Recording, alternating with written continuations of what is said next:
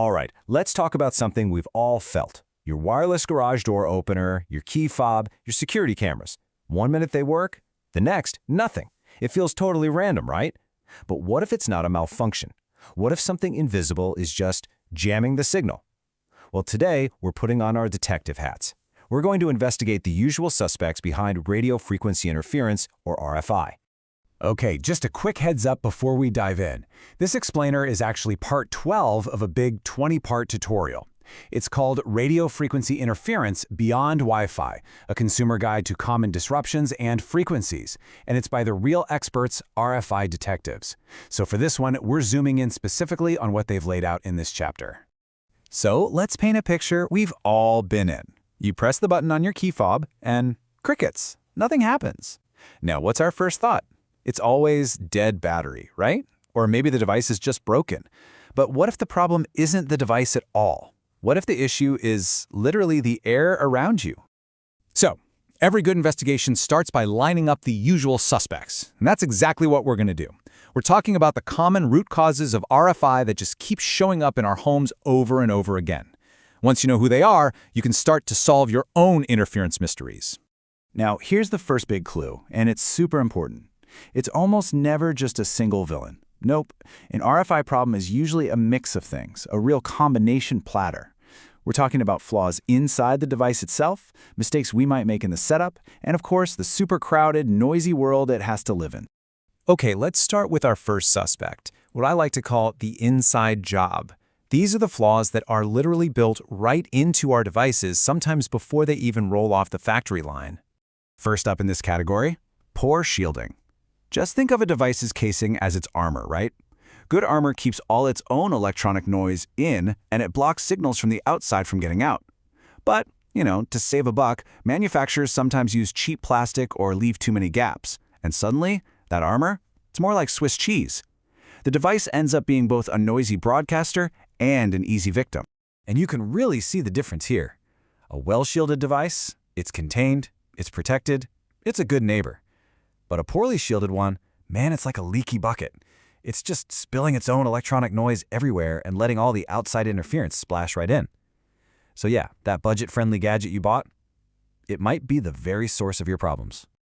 All right, suspect number 2, inadequate filtering. Get this, every single cable you plug into your device, power, audio, data, you name it, can act like a super highway for interference. Without the right kind of filters right there at the connection points, noise can just travel right down that power cord and straight into the device's sensitive brain. And it goes both ways. Noise from inside can also travel out and start poisoning all your other electronics. And our last inside job suspect is a really big one. We're talking about counterfeit devices. Yeah, those knockoffs. They often skip all the important regulatory testing, which means they can be blasting out crazy high levels of electronic noise and have basically zero defense against interference coming in. They are truly the unpredictable outlaws of the RF world. Okay, let's move on. Time to look at our next group of suspects. And this time, it's us. Yep, the human factor. Sometimes the devices themselves are perfectly fine, but we're the ones who create the problem with simple, totally avoidable mistakes in how we set everything up. And oh boy, here are some of the classic blunders. You ever hide your router in a metal cabinet to keep things looking tidy? Well, you've just put it in a cage, completely blocking its signal. Or how about this one? Running a sensitive signal cable right alongside a high-voltage power line? You've basically just invited interference to hop right over. And packing all your wireless gadgets into one tiny corner? You've just created a chaotic shouting match where nobody can hear anything. The source material from RFI detectives really hits the nail on the head here. They say, and I quote, "Faulty or compromised wiring and connections contribute significantly to consumer interference problems." And what they mean are things like damaged cables, loose connectors, corroded contacts. All that stuff is a massive source of interference. That old frayed cable you've been meaning to replace? It isn't just an eyesore, it's a wide open door for RFI. And this leads to something that is so easy to forget. Just basic upkeep. I mean, when you ignore that little notification for a firmware update, you could be missing out on a really critical patch that helps your device handle interference better. The big takeaway here is that sometimes the fix is literally just a click away. All right, on to our third and final suspect. And honestly, this is the one we have the least control over. the environment itself.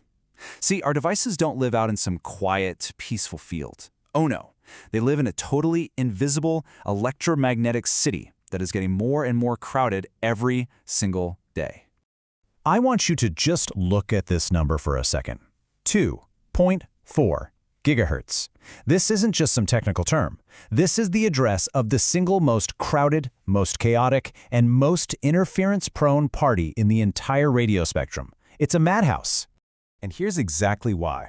You've got your Wi-Fi networks, you've got Bluetooth devices, cordless phones, baby monitors, wireless security cameras, your keyboard, your mouse, not to mention all of your neighbor stuff.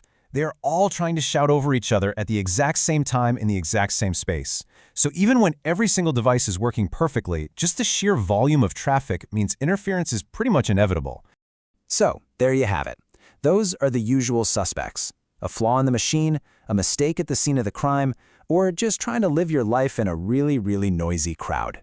So the next time one of your wireless gadgets starts acting up, don't just automatically blame the battery. Put on that detective hat. Ask yourself, is it the device, is it my setup, or is it just the crowded environment? The answer, my friend, is probably a lot closer than you think.